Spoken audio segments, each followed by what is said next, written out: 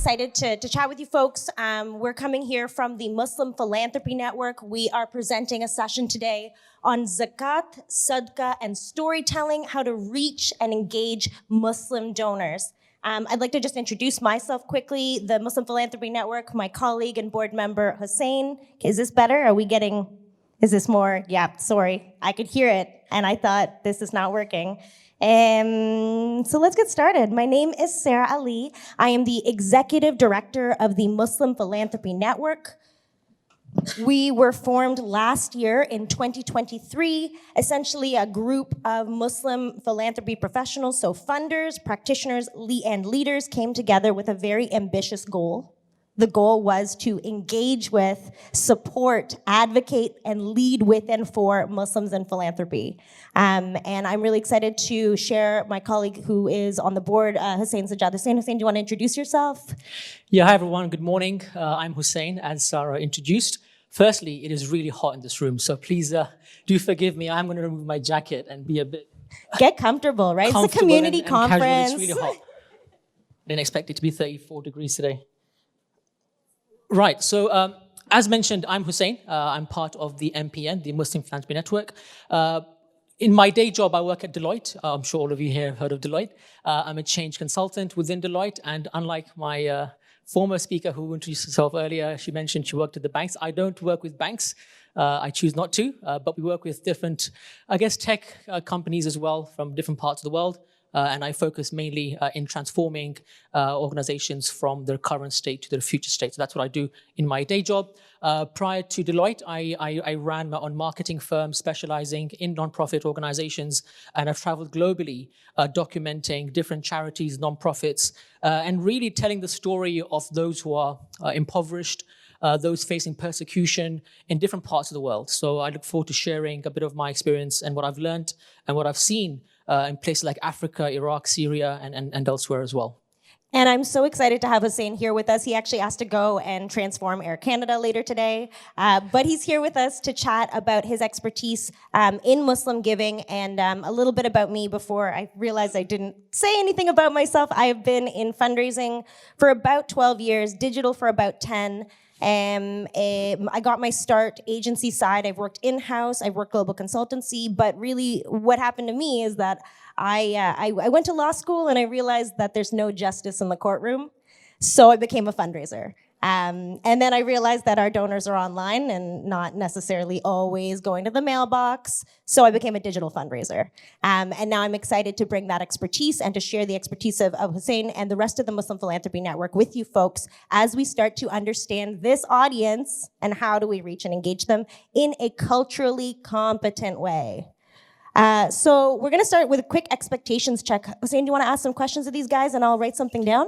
Yeah, firstly, we'd love to kind of understand and know why we're all here. I know the breakfast was delicious, and we all wanted to be early in the morning for that. But besides being here for the snacks, why are we all here in the room this morning? We want to understand what is that you want to achieve out of this session exactly. So, by show of hands, if you can shout out, what do you want to get out of today?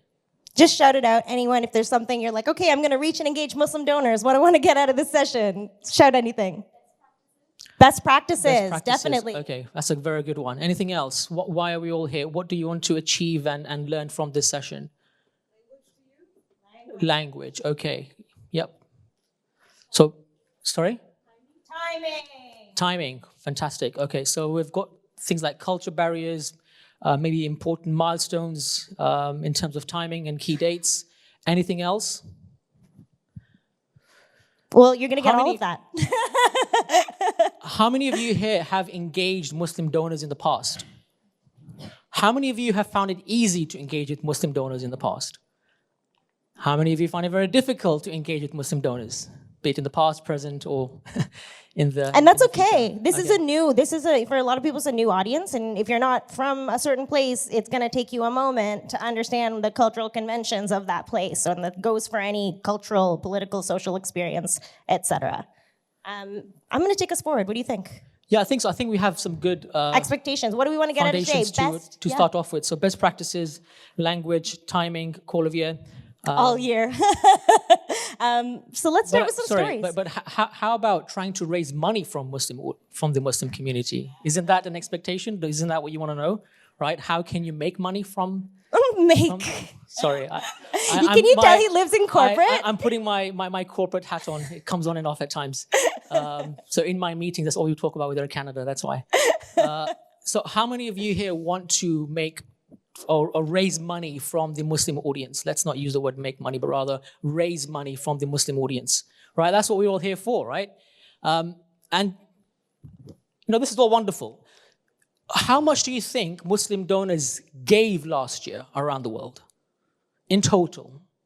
The global Muslim community, how much do you think was raised by the global Muslim community last year, 2023? You can shout out a number. Yeah, anything.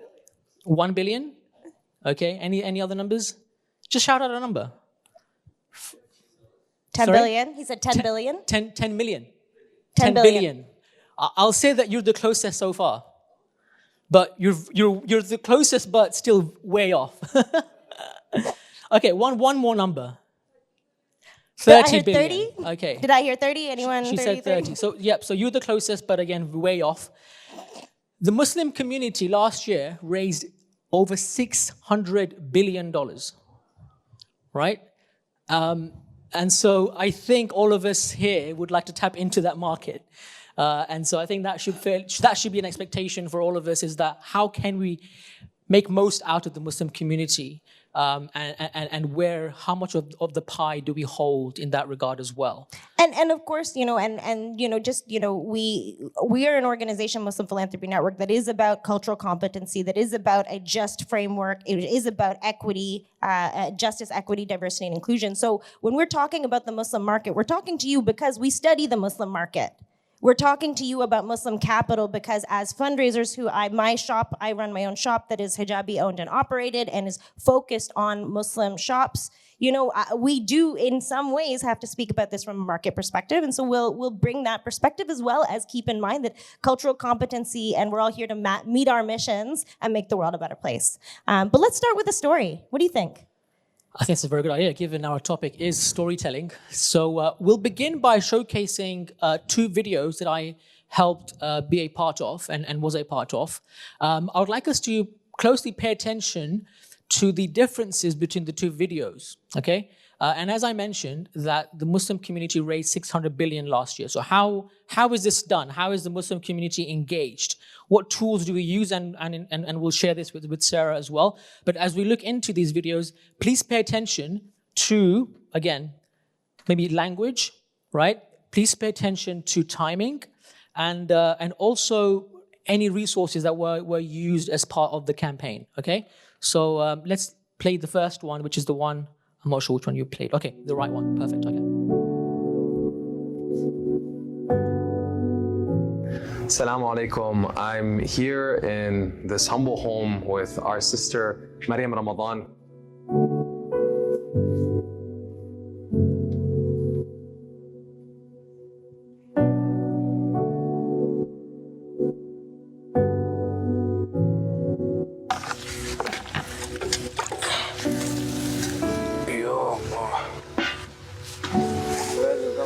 والله بصلة حالة ثقيلة.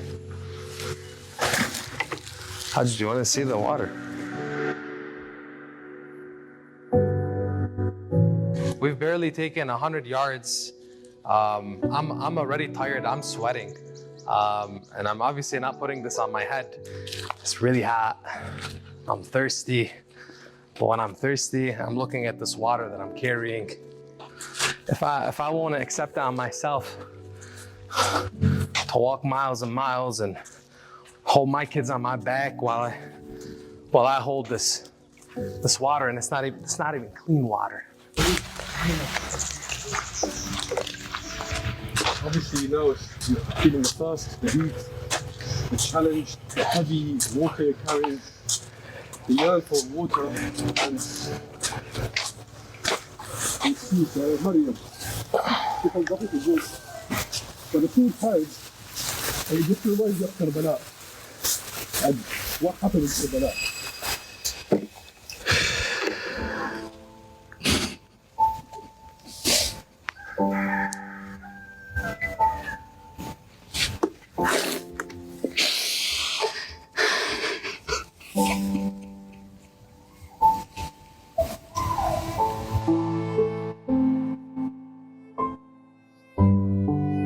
this is devastation.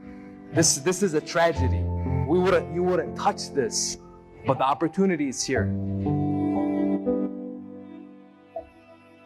I think the call to action here is very simple. Let's bring clean water to this village and every village across Tanzania, across Africa, and across the world. So what's super interesting about this campaign is that this guy's got a massive audience, and this is how he speaks to his audience. So you got to keep that in mind. I know when we look at videos like this that are performing in the Muslim sector and are coming out of big Muslim shops, I know oftentimes the word that comes to mind is poverty porn, right? We're like, why is it so sad? Where's the hope-based communication?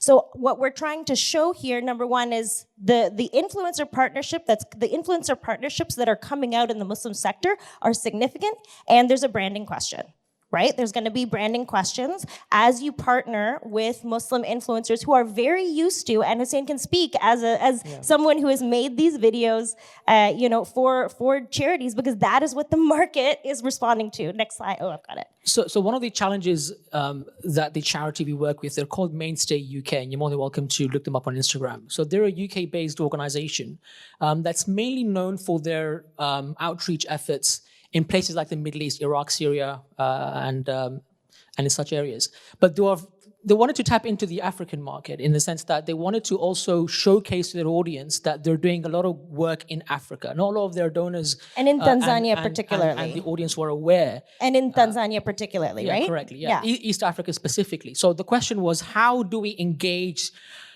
our audience to make them aware that we are doing a lot of groundwork in Tanzania, in East Africa? So what we did was we engaged two Muslim influencers. You can see the one on the left is Ahmed, the one on the right is Jalal. The one on the left, he is from the Middle East himself. He has a global following of about 1 million across social media. And the one on the right has a similar following in the US.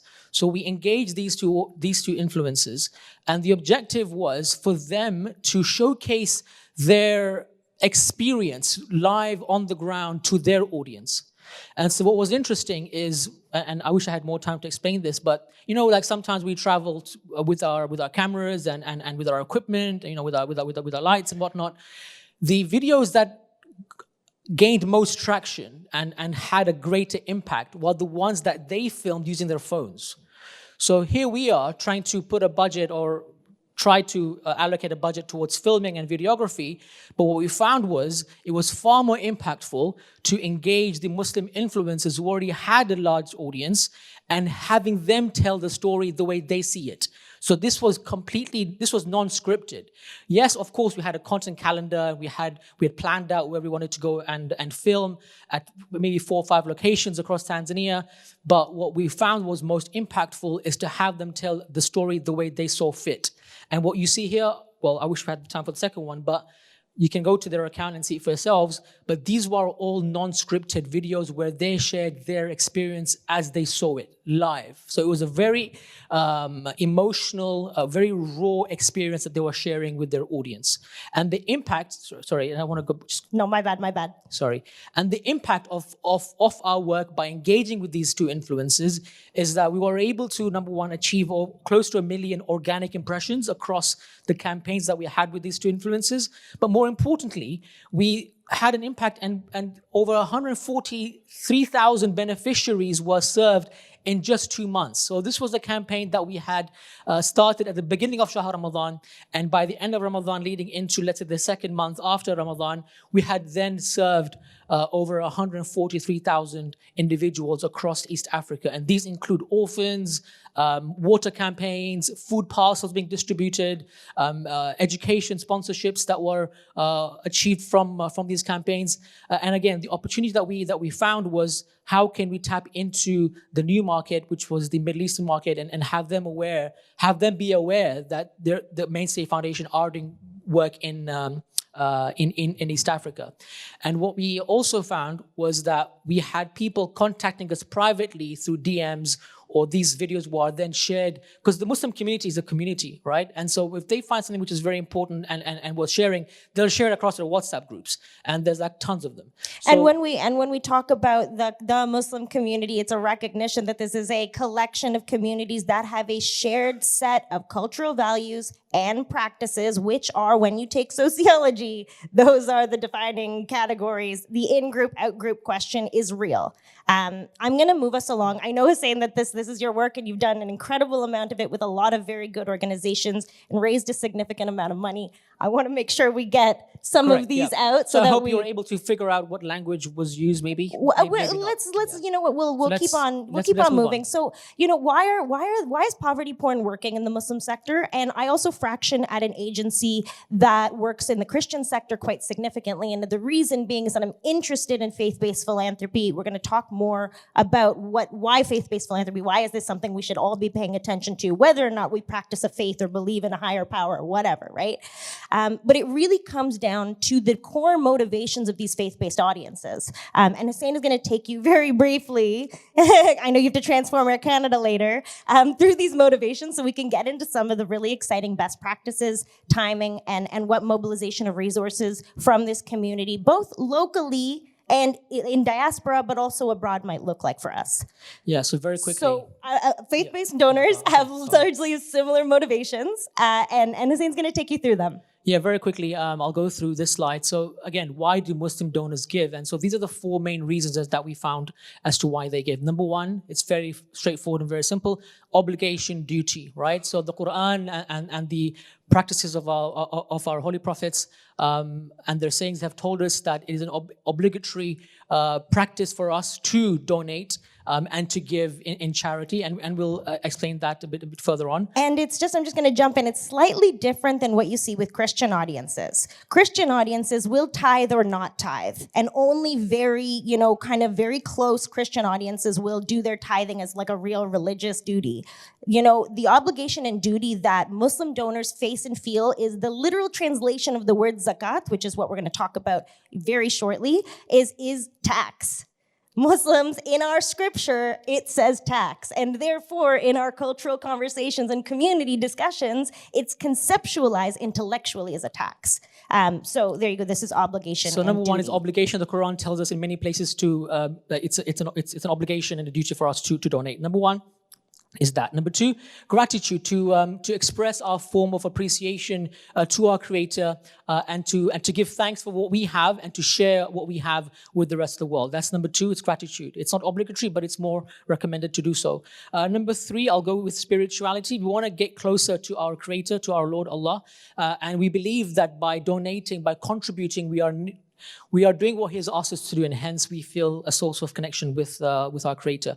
And lastly, legacy, and this is where you'll find and this is big, Muslim foundations propping up here and there, and they want to leave an impactful legacy after they leave this world. And so again, this is another kind of reason as to why Muslim donors give.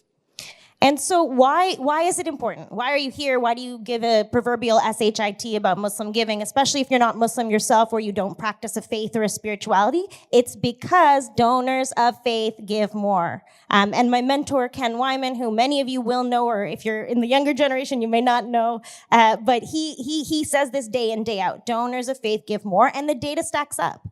62% of religiously affiliated households are giving to a charity of any kind, compared to 46% of non-religiously affiliated households. Religiously affiliated households are giving as much or more to other types of charity too. They are not just giving to the mosque or the church or the shul or wherever the temple. People are giving to animals, people are giving to the environment, and there's data, not enough, which is why Muslim Philanthropy Network exists, so we can surface this best practice and come to places like this for you to learn. But they're giving as much or more to other types as well as their own charities. And specific to Muslim giving, I know a lot of us are looking at what's going on in the Middle East and also noticing changes in both the global market as it pans out political economically, but also the digital marketplace where all of us play. Right? In the digital marketplace, you open social media, and despite a significant amount of effort by platforms to remove Palestine-affiliated or Palestine-supporting content, it's there every single where. Why? Because 1 billion Muslims are flooding the algorithms, and they're flooding the marketplace. The market, if you go on the Walmart app, if you're like a Walmart delivery kind of girl like me, because time is a freaking premium, then you'll see that 3 weeks before any Muslim holiday, without fail, there's an Eid menu, there's a Ramadan menu, there's an Eid al-Adha menu, and it's for different Eids too. People don't know there's 2 Eids, and they both happen very close to each other. So when you get into what are the key moments, the giving moments, it's a quick turnaround. I got my slides to the EN team like yesterday because Eid al-Adha giving season just passed. Now I'm in reporting, but we're moving. But so is the economy, and so is specifically the Islamic finance assets.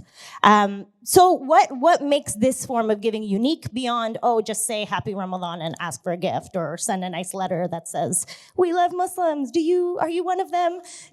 How do you move beyond the cursory and start to think about tools, philanthropy tools to use, and cultural competency? So understanding what are the cultural pieces that you need to understand to work with these folks.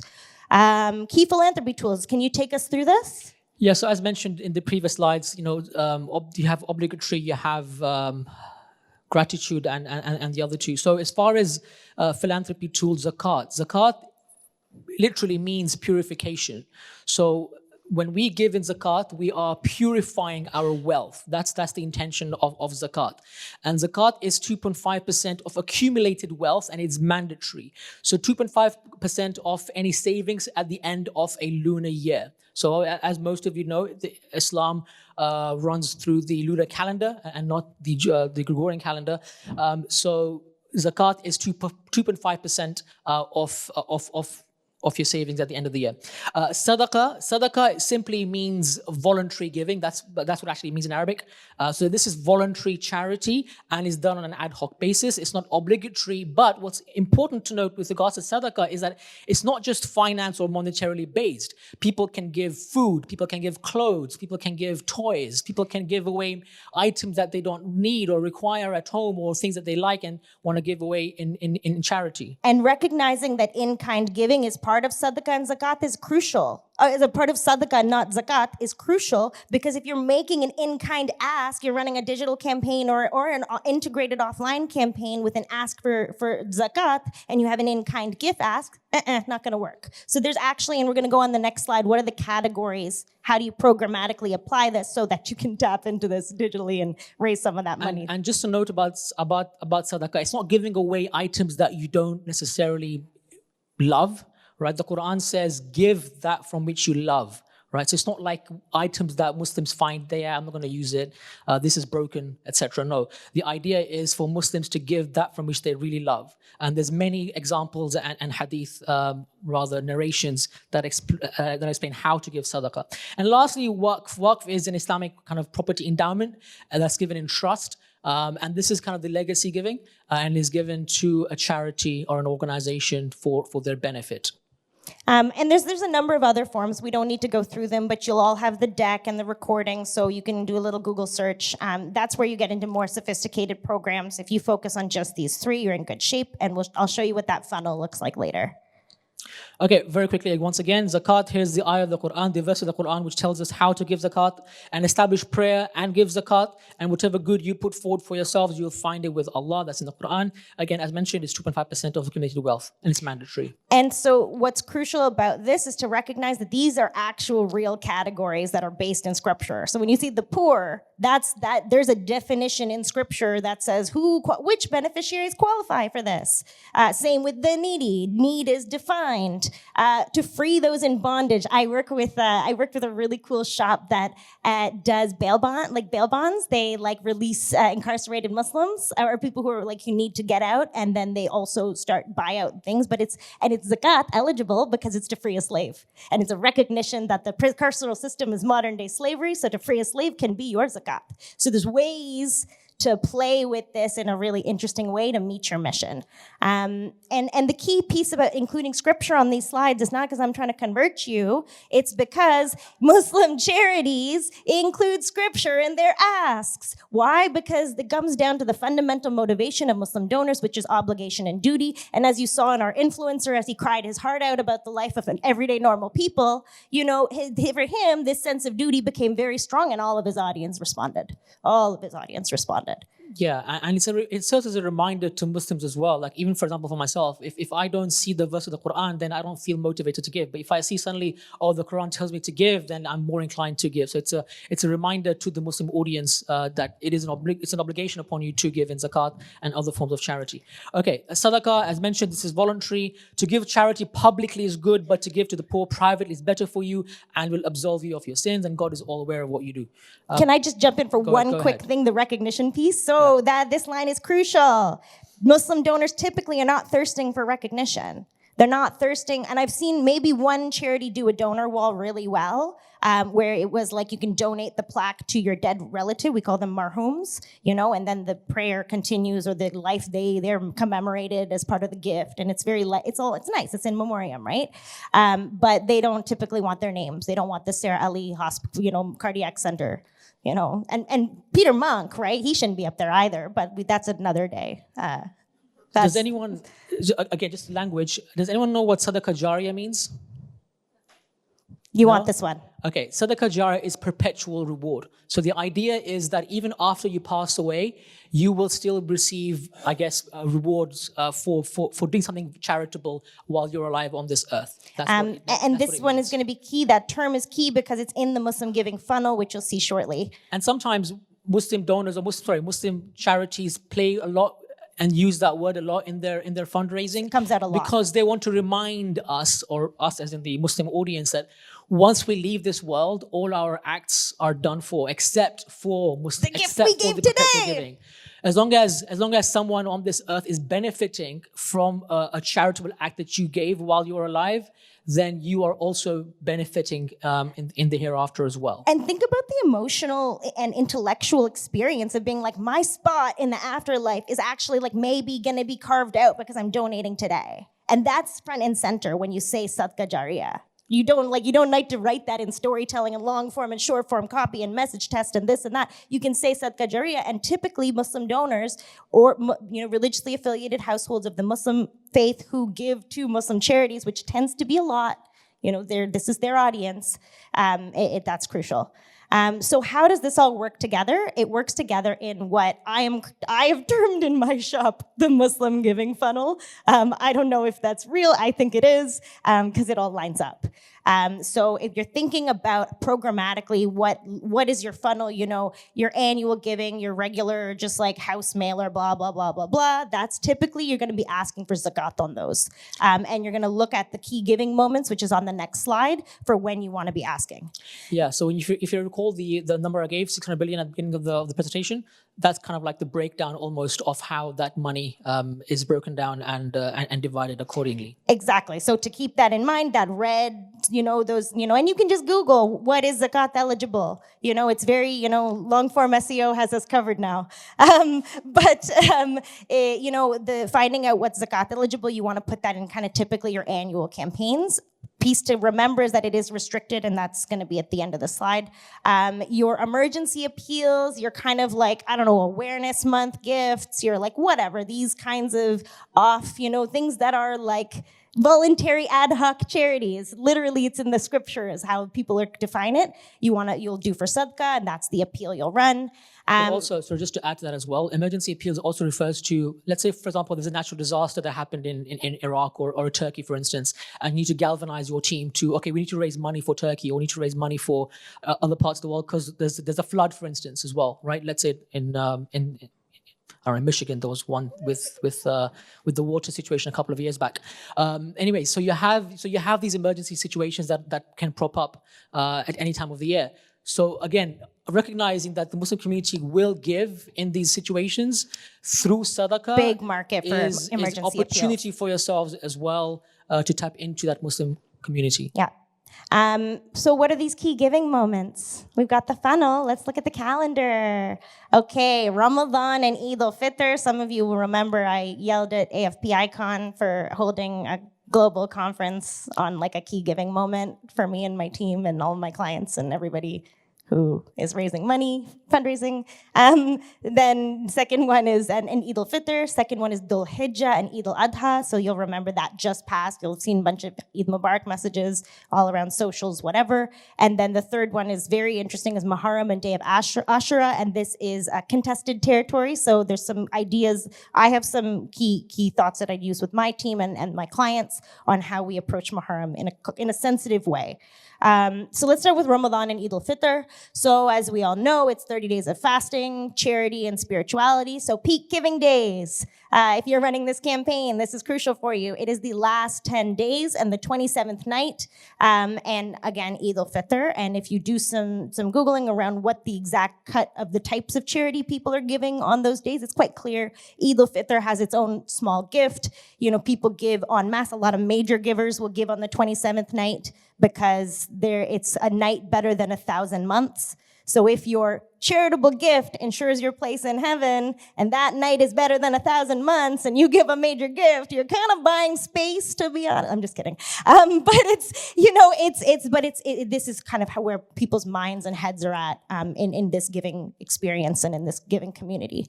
67% of U.S. Muslims are giving the whole of their zakat. 2.5% cut their whole annual 2.5% during this month and on the 27th night typically. And a lot of Muslim-led and serving shops are seeing up close to slightly down, slightly above, but about 80% of annual revenue during this month. So this is our peak giving season. This is our year end, but we get year end too, and you get both. So we're sharing here. So I was going to show some storytelling, but let's move along. You'll have the deck. You can watch videos. It's Islamic Relief. It's a great shop. It's very hope-based communication. It's more what's working domestically versus what's working in the Gulf region. Cultural competency, right? So Dhul Hijjah and Eid al-Adha, it's the time of year when 1.8 million Muslims are making a sacred journey across the world, and a lot of people are giving like their life savings to make this journey. Like, to give you an estimation, it's 15K US dollars a person to go to Hajj. And 1.8 million people are going. So like my dad tried to go this year. You even need to apply through the Zakat app and this and that. You even have to apply to go. You pay and they keep the money if you get rejected. Saudi. Okay, peak giving days are the first 9 days and Eid al-Adha, which just passed. And something like 40+% of US Muslims are giving their zakat on that day. So this is appeal season. Dhul Hijjah and Eid al-Adha. This is actually a very nice video because this is what can you do if you're like ED is like a feeble white woman and, she really wants to help and how do we get her involved? Can we play the video, AV guys? She's so sweet, this Jenny. Hello, I'm Jenny Gawthorpe-Wood. I'm the Mayor of Cambridge. I really want to share with everybody the Eid Mubarak message of community, of sharing, of helping those in need. And in that, I really support what you're doing. And I encourage you to do this. You're all part of the Cambridge community. Some of us have more than others, but we want to make everybody feel part of Cambridge, part of this community, and reduce wherever we can inequality. So thank you. And Eid Mubarak. Look at that gorgeous stewardship message. Like that's like put that through text to your text list. Girl, that's performing for sure. That's performing for sure. So are we still moving? Oh, I think the AV question has arisen. It's not, I pressed this button and the slide. Yes, please. Okay, we got it. Okay, Muharram and the Day of Ashura. This is a contested one. It is the beginning of the Islamic calendar. Peak giving days are the first 10 days and the Day of Ashura. Why is this an interesting moment to be careful of as you experiment, test, and iterate and scale with this audience? Because it is technically the beginning of the Muslim calendar. So 80% of people who celebrate the faith, who practice the faith around the world are wishing each other friggin' Happy New Year. And 20% of this global community, this is like 1 billion plus people, are actually commemorating a historic massacre. So if you wish the people who are commemorating the historic massacre that defines the entire faith tradition a Happy New Year, they're gonna unsub and never give to you again, and maybe tell everybody they know who is Shia, don't give. And Muslim charities are making this mistake too. Did you see Mac's Muharram Mubarak message? I was like, Yeah. not ideal. So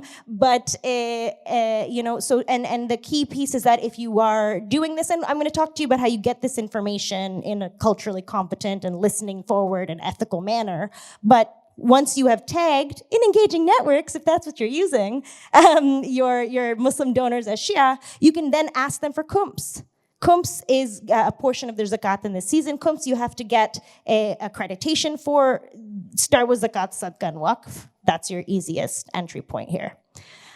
So how Sorry, do you? if I Well, can- yeah, go for it. I'm so sorry, Hussein. I'm trying to drive the bus and move us forward. I just wanted to add one more thing. In addition to the calendar that we just saw right now, Muharram, Ramadan, Eid al-Hajj, and Dhul Hijjah, also days of the week as well, right? So for example, Fridays, Thursdays, these are Day. recommended days of the week that Muslims want to give in charity. In fact, Friday is like a day of Eid for Muslims. Yeah, So- it's the Eid of the week. Every week you get an Eid, then guess what? It's Friday. And so it's recommended for Muslims to give in charity on Friday, no matter what day of the year it is, as long as it's a Friday. And so somebody doesn't have to be heavily practicing or not practicing to know these things because they're deeply cultural.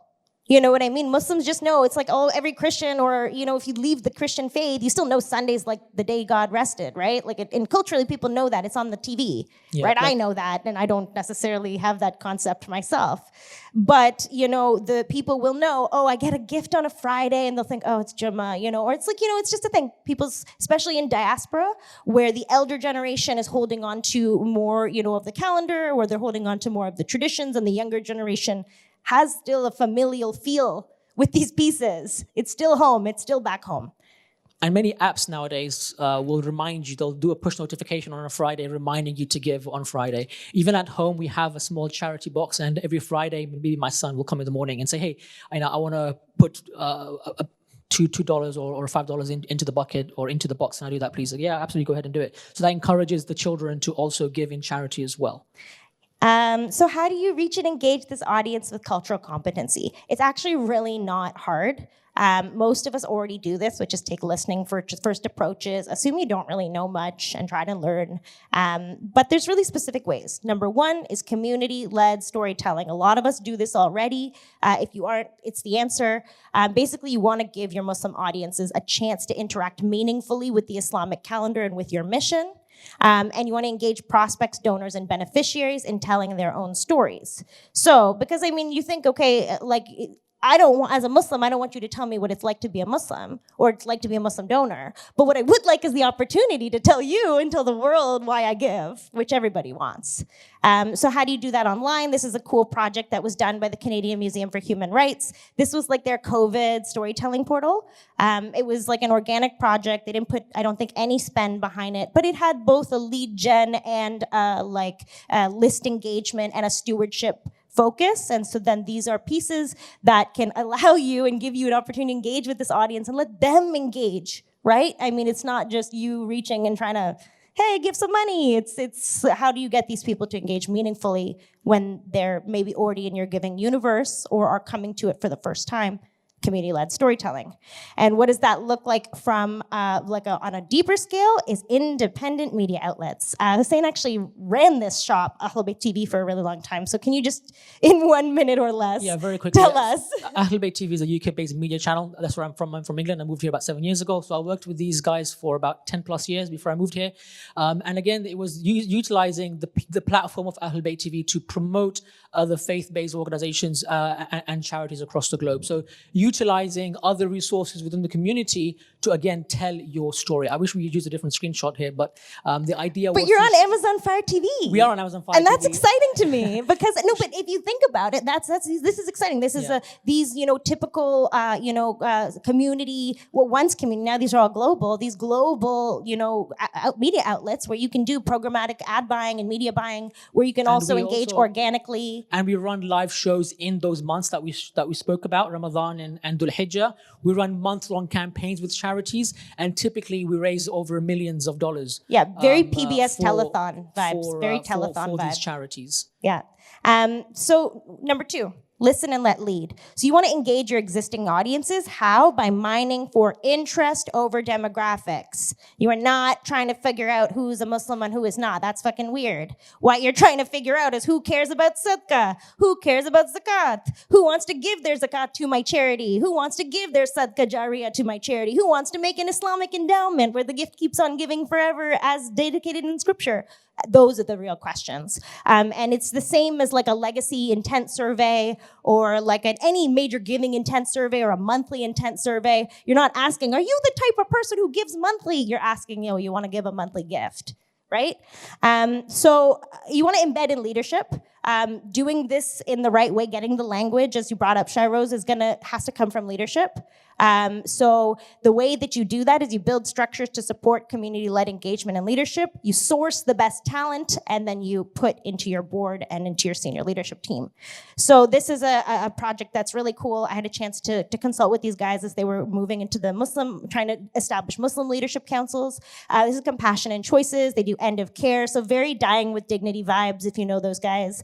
And so they established the African American Leadership Council, the Asian American Native Hawaiian, the API Leadership Council, and a number of other leadership councils. Basically, it was really simple. They got their board and their leadership to go to the board and the leadership of community infrastructure organizations and say, do you want to have something to say about end-of-life care for for your people? And if so, here's an audience, we'll do, come and teach us. And people like it. Everybody wants that on their resume, no matter where you're from. Oh, I'm on a leadership council. It feels good.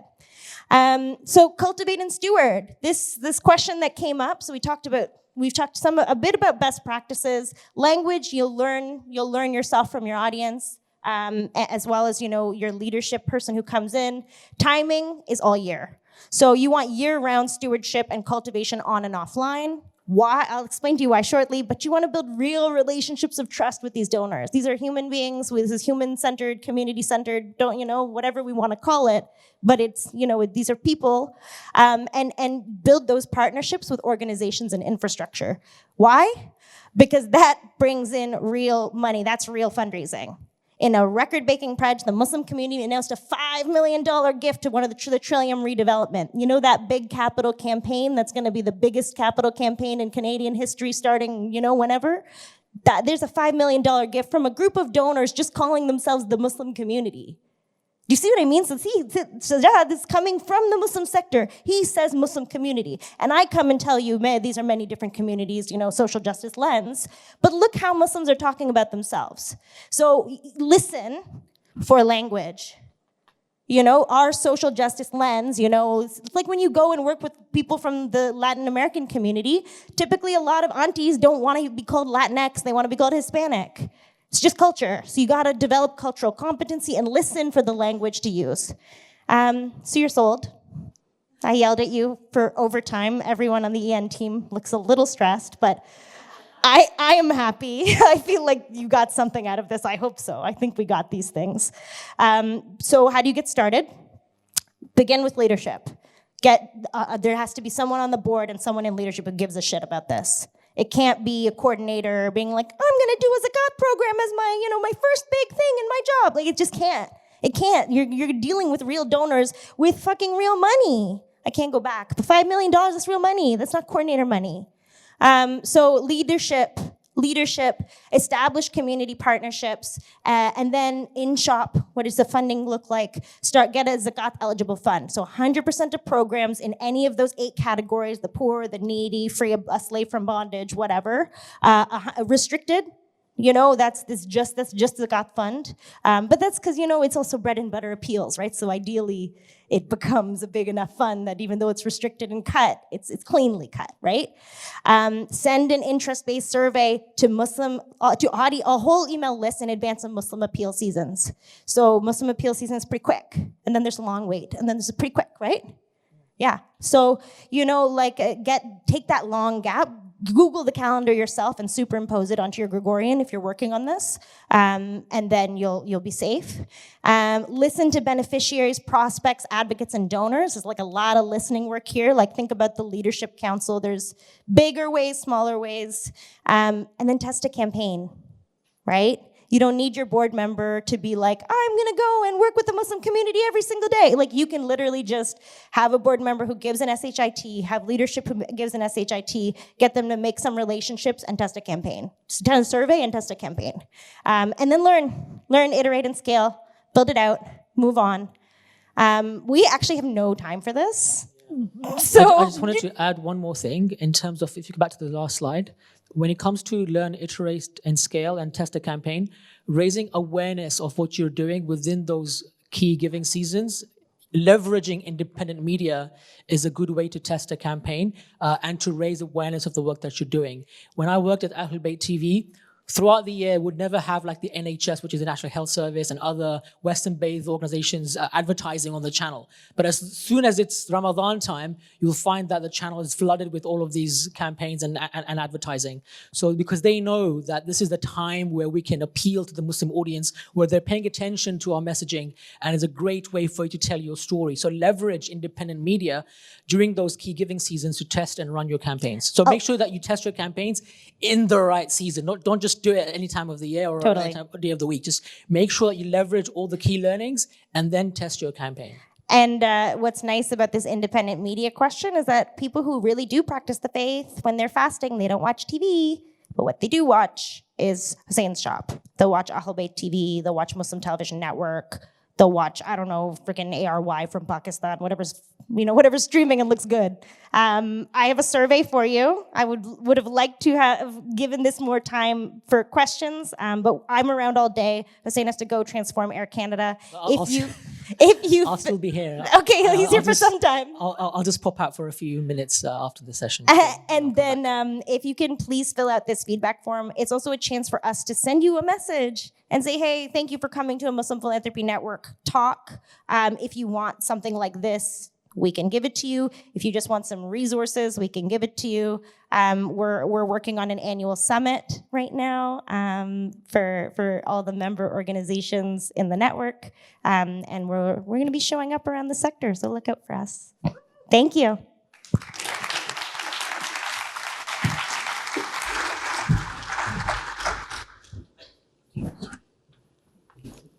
I don't know if we learned anything. No, nothing. Nothing. I can't thank you all enough. There are 30 questions in our little Slido piece here. So maybe, can we do 2 minutes? 2 minutes. Thank you, Yes. Morgan. All right. So, one of the things about us Muslims is sometimes we do run a little late and run a little over. That's kind of a part of our culture, I think. It's right? a rolling launch. Yeah. But I hope you all got a ton out of this. I know I did, and I am a Muslim and a donor, and also work at Engaging Networks. So Funny how these things come together. all those things. Thank you all so much for all of this thoughtful information, and I hope you all took a lot out of this. As mentioned, we're talking about, what was it, 600 billion? $600 billion. 600 billion. Yeah, and that's just an amount that is publicized, right? So imagine what people that give privately. That's the other thing about Muslim donors is that sometimes they give Quietly. without mentioning their name and No they data. call themselves in Urdu Bande Khuda, Khuda. which means servant of God. So so you will find lots of these type of donors as well. We could just finish this all out in Urdu. Should we just, I guess. let's just we say could. baate, no? But so I think this first question right here, how can you ethically capture religious data in order to segment Muslim donors? So I consulted for a hospital in Ontario that who didn't want to be mentioned, but basically what we did is we just had a nice email that said, we've established a Zakat fund. Do you want to participate? Like, do you want to give to it? And then people told us. So it's what you're mining for is intent, giving intent, not demographics. Exactly. All right. So next one, I think maybe let's do the meta question. Are there particular lead gen sources where organizations can find Muslim supporters beyond the usual Meta, Care2, etc.? Yeah, I mean, you can reach out to us at MPN. I work with a ton of lead gen organizations myself. I know a few of them. I work with Ahlul Bayt TV being one of them. And we work with many other organizations that have access to a plethora of Muslim donors. So, and we have a huge database of them as well. So if you'd like to work with us and engage with us in this area, please feel free to reach out to us, because I can't give you the answer in 10 And then seconds. beyond the from a platform question, I think he's absolutely right that media outlets that are tied to this faith experience or giving experience, however you want to define it, will typically have databases and will be doing lead generation themselves. So there's partnership questions and opportunities there. There's a lot of pieces. Other than that, we're all stuck with the platforms. No matter, the donors are Performance Max, it's all platforms. All right. Let's see. Give us the hard ones. Well, Grade us. I've got one on the screen here. I'm going to go ahead and pose it. Actually, let me get these ones off the screen. I'm just going to go ahead and ask the question. How do you engage donors if you have limited public allyship for Palestine based on grants or other considerations? I mean, this is, I don't have an answer for this. I think this is all now we're brainstorming together, right? These are real difficult questions spoken to by both the market and the geopolitical context. I think once you have a list, right? Once you have mined for interest and you know who the people who are most likely to care about this, if you have programmatic work, public allyship is what does that mean, right? Is it we have programmatic work and therefore we can talk about that, or is it we just think the genocide is bad? And if we just think genocide is bad, that's an internal political conversation in your organization. Some shop will let you, some shop I know of one big shop that everybody here knows that is working internally to try and get a ceasefire motion pushed at the board level. But it's it has to go that way. So even getting to the donor level that's maybe the cart before the horse here. But if I can just add to what Sarah was saying, look, Palestine is a huge issue for the Muslim community, but it's not the only issue, right? There are many other issues around the world as well. You have Sudan, for example. So try to focus on other areas where you are having an impact within the Muslim community. So Palestine, yes, is one of them. And there are issues around it, for sure, especially around language and support that people are finding it hard to give. So focus on other areas. We spoke about in the earlier slides that Muslims give to many other sectors as well. There's healthcare, there's education, there's water, there's a bunch of other groups and campaigns that you can run. It's not just Palestine. Yes, it's a core issue right now, but focus on other campaigns that the Muslim community will have more affinity towards. And let your staff speak. If your shop isn't aligned, if your shop is not going to put out a ceasefire motion, don't put a gag order on your staff, because that's not a healthy workplace and that's not culturally competent. And just for one other thing, if you are trying to maintain neutrality in the issue of Palestine, then maintain it. Right? Do not try and show support. Don't. But if you have to, if you need to keep your job, question, right? yeah, keep your Wasn't job. That the question? How do you engage those donors? So yes, while you're trying to support, let's say Sudan, for instance, and you're maintaining neutrality with the Palestinian issue, then you should sure maintain it on both ends. Do not try and, what you know what I'm trying to say. Don't show support for one over the other. All right, I think we'll end it with way that. over. Sorry, guys. Thank you both so much. Sarah, Hussein, we really appreciate you. Thank you.